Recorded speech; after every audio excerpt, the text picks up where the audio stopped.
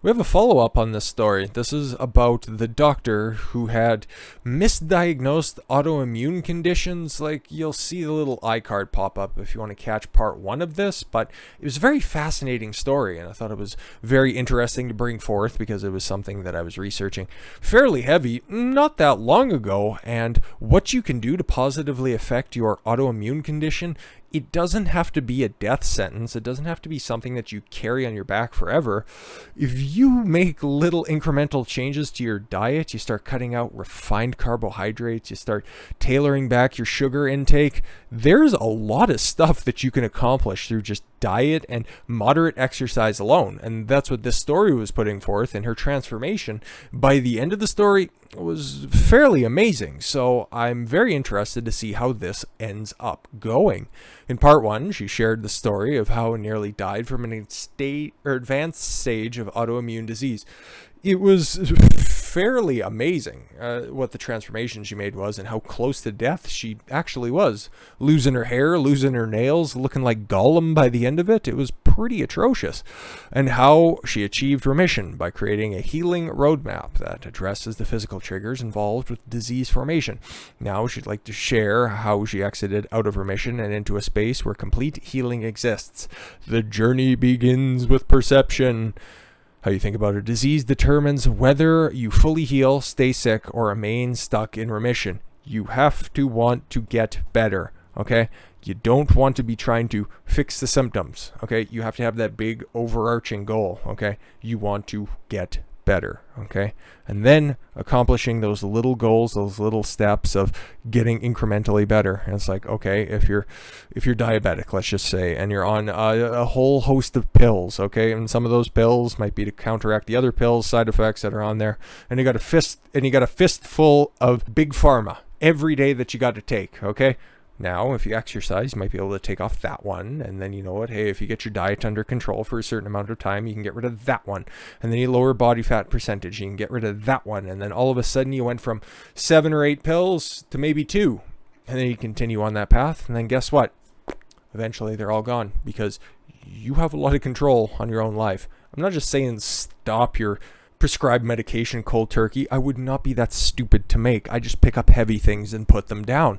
I'm just telling you that sometimes your doctor just throwing up their hands going, I don't know. There's a lot of stuff you can fix, but just taking the initiative to do something about it. This may sound odd, especially coming from a doctor such as myself. Yeah, well, she clearly had the means and the right thought process and the mindset to get her through this incredibly tough situation. It's a story that she can share and then back it up by the studies that she does. However, science supports the claim that your perception creates your reality. For example, people have healed from diseases such as cancer, not Steve Jobs, irritable bowel syndrome, and migraines after consuming a sugar pill because they thought after receiving a remedy, and that maybe that was Steve Jobs, he just went to a shaman or something really stupid. They believed the pill would heal him. He could have survived his diagnosis, by the way. It was their belief that actually did the healing. This is known as the placebo effect. Yeah, but then you also didn't include the part where a lot of their symptoms end up coming back because after your mind tricks you, there's a lot that's unknown about the mind and its power throughout the body to heal or hurt, or you know that by, I don't know, experiencing depression or sadness for a period of time. You feel completely worn out even though you're properly nutritionally there.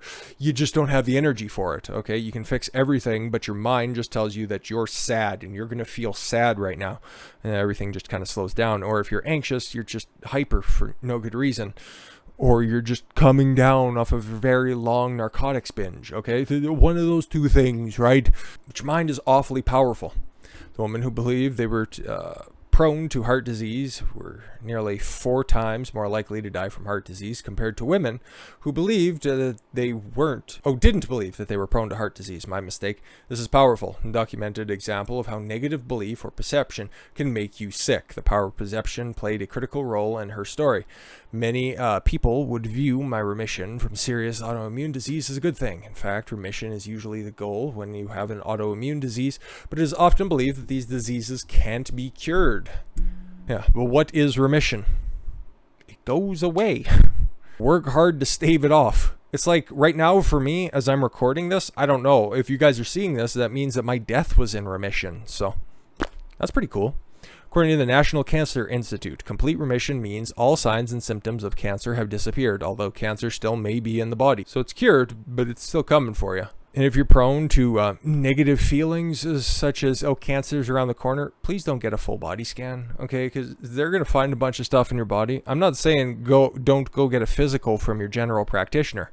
I'm just saying going for that really expensive full body scan where you get everything looked after, you're going to find some stuff that's circulating in your body that may never manifest, but it's there. So be aware of it, but then at the same time, don't be scared on what's going on in your body. There's a pretty gosh darn it, magical instrument. Furthermore, the dictionary defines remission as a temporary recovery or an abate symptom for a period of time. It's exactly what she experienced. One of the physical triggers were addressed, such as food sensitivities, nutrient deficiencies, and heavy metal toxicity. I went into remission. I no longer had the physical symptoms of an autoimmune disease, but the disease could come back. I wouldn't experience a flare-up. Yeah, because she worked on everything and kept improving every day. For example, if she ate too much sugar, even if it was a fruit, fructose, we've gone over this 1,000 times, and a bear's going over 1,000 times more because some people think it's a natural sugar. It's still just as hard on your body. Fructose, the naturally occurring sugar in fruits, can only be processed in the liver, and your liver can't handle that much sugar. Okay, so if you have other types of sugar in your body that is trying to get processed and can't properly process by the other cells in your body, it goes down to your liver and tries to be processed down there. Ergo, if it can't properly process it in a timely manner, it immediately gets stored away. So you could be eating what you think is a very healthy, balanced diet, but it's high in fructose. You're not going to be losing a lot of weight, and you might have a fatty liver, but that takes an extensive and a huge amount of sustained fruit intake in order to approach anything like that. So it's something you should know. And again, like I said, get a physical, but it's something that you should be aware of, but not really fearful of. You'd have to be a koala eucalyptus style diet when it comes to fruit in order to approach something like that. So don't be too scared. So like she said here, she improved her mentality. She improved her mindset over this because she wanted to be fully healed and not stuck in fear. I wish more people would take up this mindset.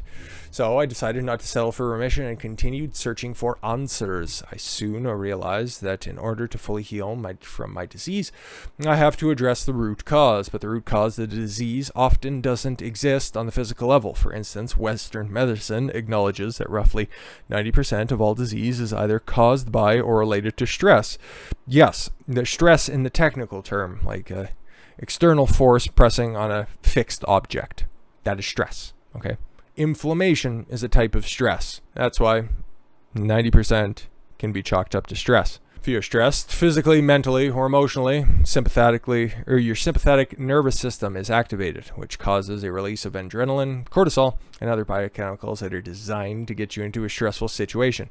Fight, flight, or freeze. Okay, you gotta throw on that other one, because if you ever find yourself face to face unexpectedly with a grizzly bear, are you gonna immediately try to fight it? Are you immediately gonna try to run away? Or are you just gonna stand there just with eyes as wide as saucers and a mouth agape? It's, oh my god, I was not expecting a bear at this moment, and then make your move. That's always a very, very popular addendum. Fight or flight mechanism is a fantastic tool, fight, flight, or freeze, come on now, that can save your life in an acutely stressful situation. However, most of us spend roughly 70% of the day in the fight, flight, or freeze, which can lead to disease. Yes, by having too much cortisol in your body, by exerting too much stress on your body, you can manifest different diseases like obesity, because those stress hormones are all about storing or releasing energy in your body. Cortisol is meant to store because you're currently in a stressful situation.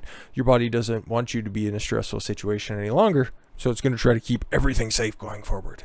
Insulin gets secreted, tries to mobilize the different stores in your body so you activate that flight or fight motion. And then chronic fatigue constantly going through that cycle over and over again. In each of those examples, what has caused the disease? Elevated levels of cortisol or chronic stress. Well, they go hand in hand, really. Cortisol is not the root cause. It is simply the physical manifestation of the underlying root problem, stress. Exactly. We instinctively know that this is true. It's why we practice stress management and why I feel better after escape the daily grind while on vacation. Yet, most of us continue to look for physical answers to these seemingly physical problems, including chronic and autoimmune diseases. That's why practitioners only address the physical realm, as they are only able to help their patients achieve remission, as opposed to achieving complete reversal of disease. I will just speed ahead a little bit. It's a very detailed journey, but I want to keep this relatively brief for today. My healing from the autoimmune disease was complete once I took full responsibility for my health. A lot of things, not just health, can be accomplished by taking full responsibility of it, okay? And not just, okay, even if you think that you aren't responsible for something, you're responsible for the way that you approach it. You're responsible for your reaction to it. Keep that in mind, and you'll have a better outlook on life, including changing your diet, lifestyle, and perspective, as well as practicing forgiveness. I believe it's Nelson Mandela's quote, where acrimony or resentment is, and harboring that emotion is about akin to drinking poison and hoping your enemy dies. You thinking bad thoughts about somebody else, you aren't a wizard. You're not going to affect them with your mind powers, okay?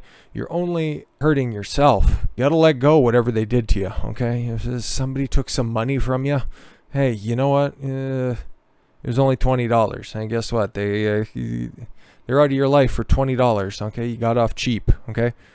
Business partner screwed you out of a big deal. Hey, guess what? A bigger deal is going to come along if you take responsibility for how you respond to that situation.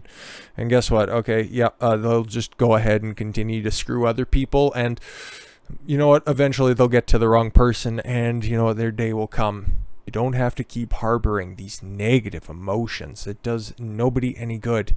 The flare-ups disappeared and the autoimmune disease became a distant memory of a person I no longer was. That's awesome. Additionally, my energy level has increased so dramatically that at times my children can't keep up with me. Looking back, I was never surprised that the disease was gone. I always believed that complete healing was possible, but I was surprised at how free I felt. I reached a level of mental, emotional, spiritual, and physical freedom that I have never imagined possible. And this is the freedom came immense joy. Type of joy you hear in a baby's laugh and you see on a child's face on Christmas morning, or my face on Christmas morning. I'm 31 years old and I love Christmas. And I also love, here's a segue of the century, I love sharing good stories and stories that people can accomplish by just taking responsibility of their life. It's the most important thing you can do. I don't like to tell people what they have to do, and I will not break that rule right now. I'm just saying it's the most powerful tool in my toolkit. Taking responsibility for everything in my life has been transformative. Hopefully this story inspired you to do the same. I thank you all very much for the gift of your time. I've been Don Consuelo. I want you to follow your gut and get after it. Take care, everyone.